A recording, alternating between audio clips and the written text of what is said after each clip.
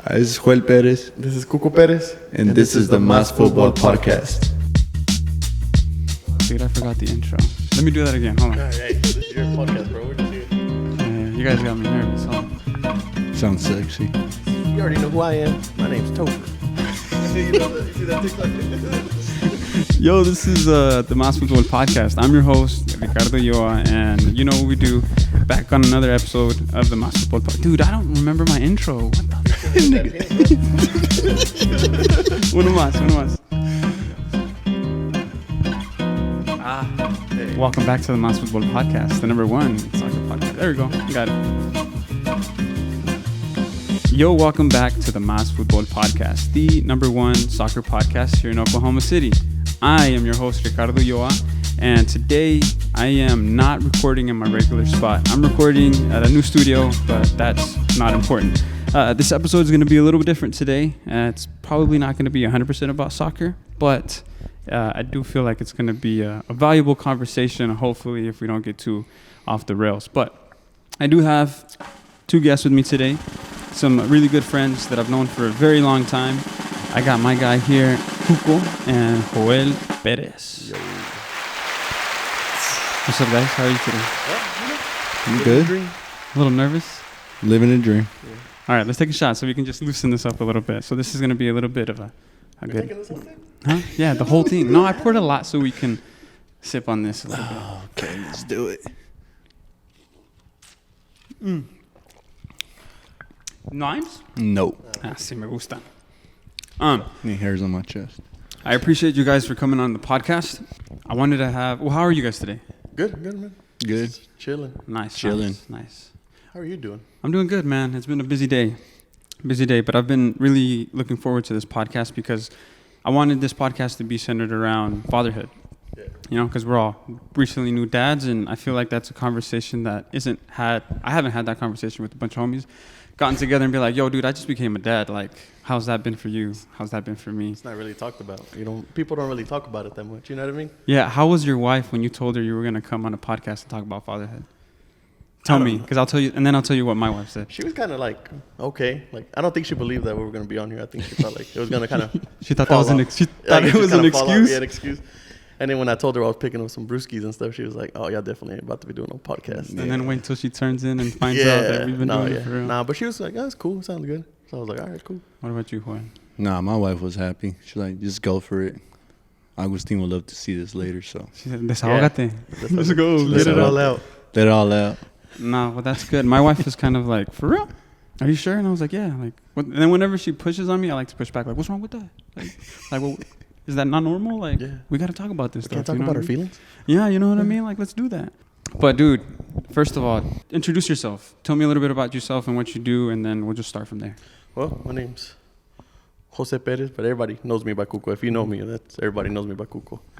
And I don't know, man, just normal guy in OKC, just with my two kids and my family, and just doing the basic things. You know what I mean? Married, kids. Married, two kids. Got a stable job. Mm-hmm. Always a plus. Honestly. Yeah. No, man, and just kind of just living, man, and just taking it day by day, really, and just. Nice. Let me hit you with one of these real quick. You're doing a good job, bro. Thanks, man. Keep on going, bro. What about you, Joel? My name is Joel Perez. Everybody knows him as well. Now, I work in concrete, pretty much for a concrete producer. I'm a manager. One kid? 6 months, married, and just trying to make the best of every moment. Hey, man. How old is your kids? Matias is just turned 3 in December, and Sofia's about to be 1 in April. Dang. So it's going by. Well, I'll put it on the table for the people that don't know. I'm married, have 2 kids. I have a 5-year-old and a 3-year-old who's about to turn 4 in April. So, dude, it's all hands on deck every day. Every day. I'm about to get there. You're about to get there? Oh, he's 6 months. He's already. It's already all hands on deck, huh? It's all hands on It's like everything. endless energy, bro. Like I don't have that energy no more. Yeah. Well, in that case, let's start here. Joel, since you're like the new dad, do you have any questions for us that have been dads for just a little bit longer than you? I don't know. At what age do y'all's kids' teeth? I thought he was going to say, at what age did your kids start sleeping the whole night? They don't. They don't, dude. They don't.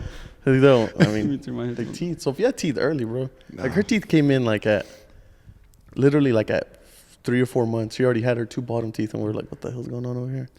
That was crazy because Matias came in like when he was like almost a year, and I seen Sophia, and then now, bro, she has like all her top teeth and almost not all, but she has like 4 up top and 2 on the bottom. I'm like, what the fuck is going on?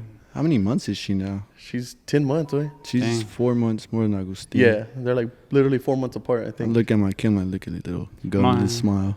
My kid was born with all teeth. Are you serious? Just came back with the whole all chomp. No, dude, come on. Hey, bro, that happens, dog. Yeah, I know it has. That does happen. Yeah. That's why I was like, what? It's Are you rare. serious? Yeah, it's rare. But That'd be terrible for the girl. You know what I mean? oh yeah. Oh yeah. It's those vaccines Definitely. we got in 2020. Yeah, bro. Honestly. So the format that I wanted to do today, so we can have a little bit of structure and just try to stay within the lines, is I have some questions, right? General questions in my head, but if you guys have questions, feel free to jump in. If you guys end up saying something that you might want to take out later, we can do that. I can do that. That's easy. But we'll just go like that, and maybe we can go around one question, whatever. Yeah, I'm okay with that. But let's get difficult with it. I'll start with Joel, and then Joel, you can go around. But He did make it difficult. yeah, right. But this is good. This is gonna That's be cool, fun. man. This is gonna be fun. What has been the hardest thing about this whole experience for you? Time management. Yeah. Work, getting home, taking care of a baby. Overall time management, because, yeah, you get home and, yeah, I'd spend time with your baby and then try and put him to sleep early. Yeah. I usually try and put him to sleep by 8 p.m., but time management has been a hassle. Just having to be really real intentional with your time, right? Yes. Yeah. You got to make every minute, hour count, especially when you work like 10 to 12 hours a day. Like once you wake up, you go to work and you get home around 6, and then you pretty much have like 2.5 hours to be able to enjoy with them, and Yeah. there you go with that. Dude, when you start looking at it like that, like I only have 3 hours to spend with them awake instead of just looking at it as 24 hours in the day. That's when it starts to get real. So that means you're a good dad too. That's though. why weekends can seem long. You know what I mean? You're like, man, like, you know, because you're not. seems That's out of forever. your norm because, as you know, it's normal for us to work and stuff like that. But when you're around your kids, and like since we don't get to be around them all the time, like there's times when on the weekends I'm like, man, this weekend seems long. But it's like I'm out of my. It's not my norm. You know what I mean? Mm-hmm. Like not in a bad way or anything like that. Just like it's like 100% with your kids, like doing everything. You know, with them, with your wife. You know, like all that adds into it, and you're like, oh. But those are like special moments, you know, you get to spend all that time. And then that's when you realize, like how you're saying that you're like, I only get those 3 hours. 3 hours. Out of the whole, like, you know, every weekday. But I'll tell you one thing. I have it easy because my wife works from home, and she has to be with them all day. Dude, I feel And her. right now at this age, it's like, No, está cabrón. I know. She's but with them all day. yeah, I work from she's home doing too. it. And that's what I was gonna ask you. What situation do you like have with your kids? Because my wife goes to work, and then I take my son to school, pick him up, and then I have my daughter with me all day. And like I said, I go to my suegra's house because I work from home too. So Yeah. But it is all day, dude, and you don't rest. I mean, You don't rest at all. Yeah. I know. I mean, my Yeah. wife she pulls through, so Yeah, lucky with that. Shout out to the wife. shout out to the wives. We take them to, luckily, man, we have my mom and my suegra, man, they're in Chantal. Mm-hmm. My suegra and Chantal and my mom, bro, they're like blessings that, you know, we knew we had them, but it's like, now that they're with the kids, I mean, they go 2 days with my mom, 2 days with my suegra, and then my wife is, luckily, she's off every Friday, so they're with us on Fridays, you know what I mean? And then she has a lenient job, so in the mornings, they wake up. She has the hard part. I always tell her, like, she has the hard part. She has to get them ready, get them out, you know, getting a toddler ready. Yeah, they never want to get ready. They never want to get ready. They're wanna never get ready to go. They're never ready to go. You gotta And trick it's- them. We gotta trick them. We gotta figure like it out. literally, Matias just recently probably just started like, okay, I'm ready to dip, you know. But most of the time it was like, I don't want to leave, and I'm like, bro, you need to go. We have no choice. Yeah, dude. So she gets him ready, takes him, and then goes about her day. And he goes to school too. Like not a school, it's like a Montessori school. You know, like they kind of let him do his own thing. So he does that like 3 days out of the week, and that's pretty cool for him, man. He gets Keeps to do them something. busy, huh? Yeah, because he could do so much at grandma's, but it's kind of nice because he gets to interact with kids and stuff like that, you know? Right, he gets to interact with other people that aren't part of his family. Exactly. That always tripped me out at first. I know, Joel, your kids aren't old enough yet for you to have that option of like putting them out in an environment where you're not there. But whenever I had to drop my kid off at Head Start, I was always that scared me because if somebody has a bad day, they could take it out on your kid unintentionally. Honestly. Yes. Y tu niño que tiene que ver con lo que está pasando with that person. And a part of me is empathetic to the teachers because there's so much that they deal with. But I mean, I had a lot of parental anxiety just leaving them at the school. It's scary, man. Yeah. Especially all the stuff you see like on social media and stuff like that, man. Like people, like kids be going. I mean, some kids be dying and stuff like through all that stuff. It's crazy, bro. Whenever that stuff happened in Texas, with the unfortunate shooting of the kids at the elementary school, that was crazy. Like, yeah, man, like that's the scary part. Which one was that one? That was like last year. And the cops were in the school. The cops pretty much. Yeah, they didn't go in, all that stuff. I don't know. I don't know how that went down, but I mean, honestly, that's been my biggest fear. Like someone else that I don't know watching over my kid, and I mean, I don't know how I would react, and I mean, it's just, and I wouldn't want to put him through that, but I mean, it's just the modern life right now. Just the stranger taking care of your kid. But eventually, you have to let go. Eventually, you gotta like let them you gotta just. I mean, they have every right to go to school, make friends. Yeah, you can homeschool them, man. But I also think is like your kid misses out a huge part of like bro, like going to school is like opened your eyes to so many things, like good and bad. You know, you have the good stuff that you see, like, but then you see like a lot of the bad stuff. Like we've seen a lot of the bad, but we've also seen a lot of the good. You know, it's kind of hard. We were on both sides of the fence. Yeah, you know what I mean. Like, and we dabbled a little bit on both sides. You know, but it's just like, I don't know, man. That's a tough one. It's just you want to do good for your kids, but it's like, what do you do on those situations? What are you gonna do when your kid starts dabbling on both sides? Man, you can only do so much. Because I remember, like, I'm gonna feel like when I was that age, and I told, like, my dad used to get on my ass about stuff. You know, you don't think about it, but you're like, man, you used to be my age, and you have to keep that in mind. Like, I was his age at one point. I don't know. I probably won't think like that, but I'm saying I would like to. You know, like I was his age at one point. Like, I messed up. I fucked up. You know, I did stuff I wasn't supposed to do. But it's like you just hope that you raise them well enough to where he can make, you know, good conscious decisions that he's gonna, you know, do the right thing. You know. What do you think, Jorge? Like my dad, he'll tell me the good, the bad. He's like, it's up to you. Yeah. Whatever you need to do, it's gonna affect us this way, that way. But I'll lead up to your conscience. So gladly, I made a lot of good choices in life. Yeah, and maybe didn't get caught for the bad ones. Who knows? That's what it was, bro. We didn't get caught for a lot of the bad. You caught for the bad ones, but I'll tell you one thing. One thing I would like to do with my kid is gain their trust. Yeah, they can trust me with anything. If you, that's a big challenge because yeah, dude. Because I'm pretty sure it depends how you react when they do bad. If you talk to them, then they'll trust you on telling you a lot of stuff. I think it's more so instead of gaining their trust is not losing their trust because the trust is already there. Yeah, as a baby, but you can't let that trust be gone. Mm-hmm. That's a tough one, man. Let's take another drink. Yeah, you gotta drink to that. Hey, to the trust. To the trust. Oh Lord. But that's true stuff, man. That's real. That's things that maybe like, not to sound like stereotypical, but like in the Hispanic culture, you know, like our dads weren't raised like that. You know what I mean? They grew up like you're like this and you're hard headed and you do this. You know what I mean? And it's not on them, you know. Like that's how they were raised. That's how they were raised. It's like monkey see, monkey do. You know what I mean? That's what I always tell my pops. I'm like I do stuff or something like that, and I'm like, bro, I seen you do this, so I follow. You know, I try to follow in your footsteps at times. Whether it's good or bad at times, but I have to learn, you know. But you know what I mean? It's just like you try to guide them, and it's hard, man. It is hard. Think about the generations, right? Like where your grandpa's generation, how different that is from your parents' generation, to how different is your generation, to how different it'll be for our kids' generation. How do you guys deal with your own identity and with the kids? Because ours is different from our parents. You know what I mean? Yeah. And how are you guys creating that? Like, what kind of, you know, do you feel the kind of question I'm asking? Yeah, I mean, kind of, how can I say this? Approach everything with open mind. I mean, not just like, this is how we're going to do it, but, you know, you don't know how that kid is feeling until you ask him how he's doing and approach it differently. Yeah. Because, I mean, like you said, like generations on generations, it's, I don't know. I mean, I don't know about y'all, but every time when I was younger, I would get spanked. And now these days, you don't get spanked because I haven't yet. I haven't spanked my kid yet. Well, Yeah. exactly. He hasn't done anything for me to feel like I gotta spank him. But no, I don't think I'll ever will. I mean, it's just I don't think it's different. necessary. I think also like just now our generation is like we're lucky enough to where like our generation, like us as dads, can be a lot more compassionate towards our kids. You know what I mean? Because like the same way we said generation, like our dads were probably a little bit more compassionate and like, you know, like just thought of our feelings a little bit more than what they were raised on. You know what I mean? So that just kind of passes down. You know. So I feel like our generation of like men, like we're able to be like a little bit more like in our feelings, I guess you could say like that. You know what I mean? We're able to see our kids and be like, all right, we got to, you know, tone it down, or we have to, you know.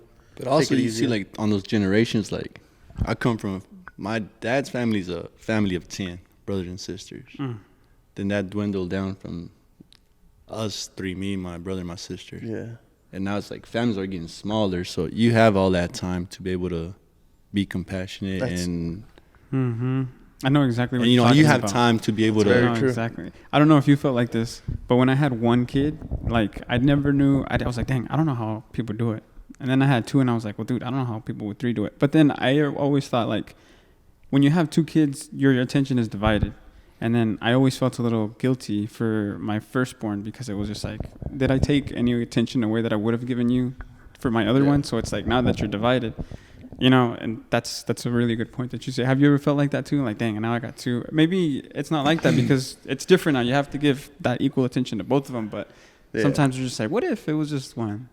Yeah, I think that we thought that before. We thought that like we definitely. I think we're done with 2. Like that's it for us. But you know what I mean?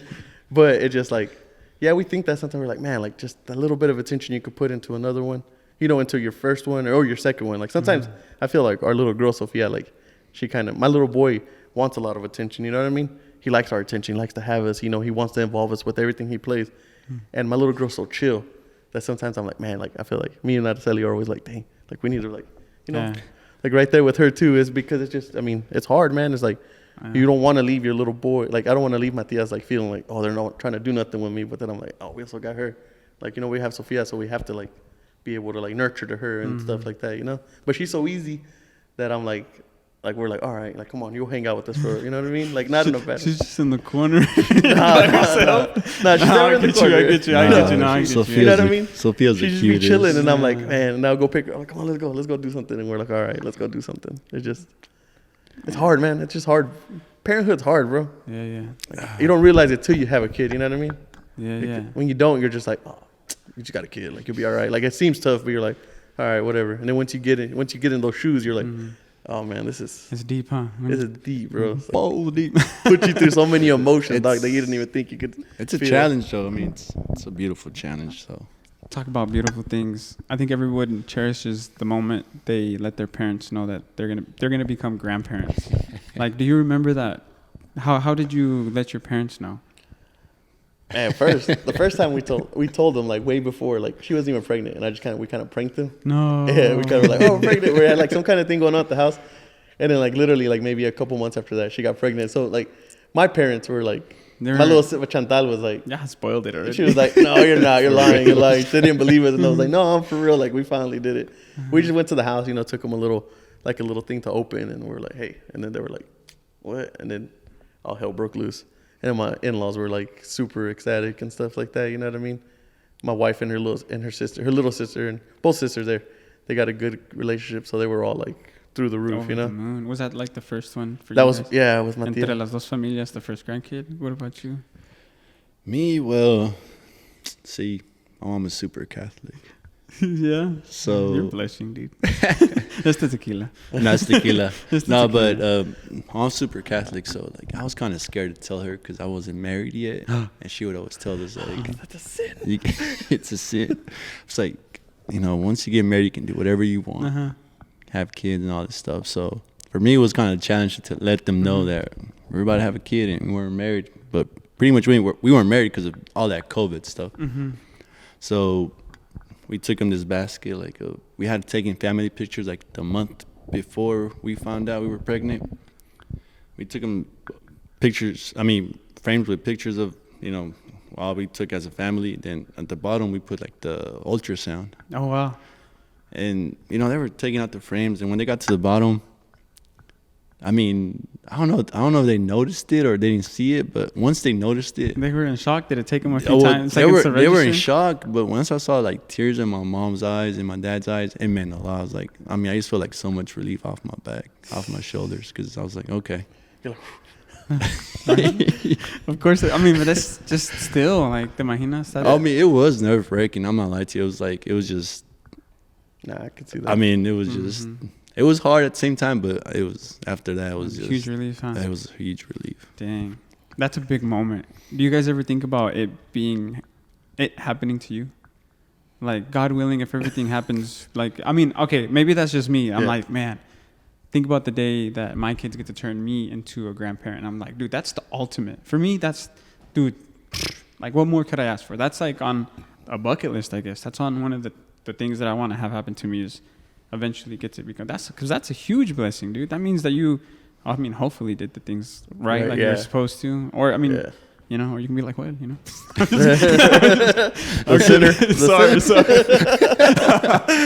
Sorry. Nah, man, the scary part about that is thinking of that, it'll get here like nothing. You know what I mean? Don't say that, everything goes by so quick, bro. Don't even you know what I mean? start. Like imagine, like, our parents thought that. Like, man, imagine when we have grandkids and now they're there. His kid is 6 months old, dude. Do you think he wants to think about that? I mean, that's the truth, though, bro, man. When I think about it, when did you have your first kid? 2017. How old were you? I think I was 27, 20, 26, 27. What about you? In 2019? How old were you? Damn, I can't. 29. 29. No, 28. A little bit older. 29, yeah. See, I had mine when I was 32. That's still 30s and 20s. Yeah, I mean, yeah. I mean, what's the difference? No, I'm You'll be all right. Your kids are No, I'm saying, like, I had him a little bit older, so like. Ya pasaste por lo que tenías que pasar. Ya hiciste lo que pasar. All that stuff. No, yeah. I don't know, man. Just time flies, dude. Like, just time flies. So, like, even thinking that, it's kind of like, it's a different type of relationship. It's very much so, like, you hear the saying, like, we can spoil them as much as we want, and then when we get tired of them, we can just give them right back to you. Yep, basically. And then we deal with the sugar rush. All right, dude. Spoiling. Okay. Let me pull up. Okay, so I had some ChatGPT questions pulled up. Let's take another drink, and then. I'm already blushing, bro. You are blushing. Oh, hold on. Let me make sure this camera is recording. You're still in your prime, Ricardo. Always in our prime. Always in our prime. Always in our prime. Think young, you'll be young. Think about this, dude. You just made me think of a point. I was getting my hair cut. You want some lemon? Yeah, I actually do need one this time. Kylie, just to get that taste out of your mouth. Look, you guys can. There's extra cups. You can dip them in there. But I was talking to my a barber because I don't have one. I just can go to random barbers. Is that weird? Either, bro, but I'm bald. And we were talking about the old times, and you guys were talking about camps, and he had said, "Man, like you were really living it those days, man. Best times of your life." And I said, "Nah, bro. Like, what do you mean best time of your life? Right now is like what kind of person?" I was like, "No, that's not right. Like right now should always be the best time of your life because wouldn't it be kind of sad if you were always thinking back like, that was the best time of my life instead of being like, no, right now is the best time of my life." Yeah, you'll never be able to have nothing, man. You know what I'm saying? Yeah, like you're always gonna be just. Maybe that time of your life was just fun. I mean, yeah, all those times were fun. Young, you know what I mean? fun, like full of energy. It was what we were living at the moment, you know. Like that was our lives at the moment. We had no worries. We had nothing. I mean, we worked. And we're able to go out and have fun. But that was our life in those moments, you know. Now it's like we have our kids. We have our lives that we have to keep up with. I mean, and these moments are just as good, you know what I mean, if not better, because these are things that we get to see like grow. You know what I mean? It's like you grow a little plant and it's just, you know what I mean, just gets bigger and bigger, and then before you know it, you have grandkids and then you have more and then everything. These should be and will be probably your best moments of all your life. You know what I mean? Every day, dude. ¿Tú qué opinas? On which part? What? No, all of it. I'm going to pull up these questions. All right. So, have you guys ever heard of ChatGPT? No. You're telling us about it. First time. It's an AI that you just ask it questions and it comes up with questions. So, I'm very lazy, and I just asked it to give me 10 questions for a podcast for guys who've become fathers for the first time. I guess that's just you, because we've been fathers twice, I guess. But the first one is, what was your initial reaction when you found out that you were going to be a father? Dang. What was your initial reaction when you found out you were going to be a father? What? Well, I mean, I'll be honest. I was in shock, and I did cry. I bawled. I mean, my eyes. I was crying. Yeah.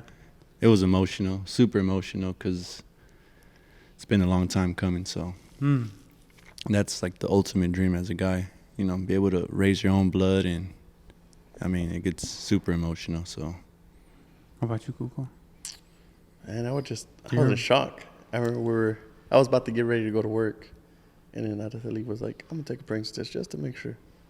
And I was like, "All right." I was just chilling. I was getting dressed, and then she was like, "Does that look like 2 lines to you?" And I was like, "I don't know. Does it look like it to you?" I was like, and we were looking at it, and we were both like, "Oh, what the hell? Like, this is." I'll go get the other one. You can take another one. Basically, yeah. She was like, "Go to the store." Had to call in late. I was like, "Yeah, I'll be in there a little later." I was like, "I got some stuff to do." Took off to Crest on 23rd, and I came back. She took like 2 or 3 more, and they were all positive. We're like, "Oh shit, this is happening." And we're like, "Oh damn!" So it was like just a rush of emotions. You know what I mean? So pretty much, y'all found out together. Yeah, we found out together. Like it was just kind of like, I think her was like a spur of the moment. She kind of felt like, maybe I don't know. Mine is pretty similar to yours too, yeah, and very emotional. Couldn't hold back the tears. It's kind of, I cry for everything though. So, but yeah, dude, it's okay. wild. I mean, let it out, bro. It's an amazing feeling though. Honestly, what changed after you found out? I mean, what changed after I found out? Just the whole perspective of life. I mean, you're looking forward to something new, and like it's scary, but it's like you have like these butterflies in your stomach. Like like okay, the anticipation. Yeah, you're just like so anxious to be able to meet this little new human that you created. And I mean, for me, it was a countdown from there. Dude, why talk about a real countdown, huh? And it goes by like nothing. I mean, like just first phase, make sure broken everything's down okay. in trimesters, you know, Trimesters. 1, 2, and 3. I mean, you learn a lot. I mean, I'm pretty sure whenever she found out, she didn't know how to tell me, because like she waited like 4 days. Yeah, she waited like 4 days, and she surprised me. She gave me a box, and I opened it, and I read the note, and I was kind of confused because You're like, who's having a baby? No, it was just like it was just a who's this? This a COVID test? No, it's just I read the note. It was during COVID time, wasn't it? Was it COVID? Like, no, it was right after COVID. Right after. No, right after it COVID? was. I mean, it was last year, bro. Well, I mean, it was COVID time. I mean. But anyways, yeah, she gave me a box, and I read the note, and I was like, okay, that's a beautiful note. And then I seen a little onesie and a little coffee mug that said, call dad whenever you need something. And I was like, I looked at her, and I was just like, started bawling. I was like, passed out. I said, no I ain't passed out. I ain't passed out this time, but this time? Well, other times I passed out. But anyways, yeah, it was an amazing feeling. Damn. Dude, and then the countdown. I started feeling really anxious like after the 2nd trimester. Like when you get to like 35 and on. And then I've worked in the medical field, so I've dealt with babies who are born like at 20 weeks, 22 weeks, 24 weeks. So it's like I was always very aware that anything could happen. Those ultrasounds, throughout the thing, and you're just like, you go in there like the first one, my tia thought, like not worrying until you hear things, you see things, you know what I mean? And even then, man, like worry about that, like why can't I hear the heartbeat? That they're healthy and stuff like that. Yeah, man, like that's scary. Like those times you go in there and you don't hear the heartbeat, and you're like, wait, why don't I hear the heartbeat? You know, that señora's just like, it's good. Hold up. Yeah, I'll find her. And they're just panicking, and it's like, man, like, they give you like a, can you get the doctor in here, please? That's when they don't say anything. That's when you're like, oh god, like something's going on. Yeah, you're lucky I didn't have to go through all that. Just well, I mean, we didn't, but it's just scary, man. Just to think of that, man. Just to see that, like, you know what I mean?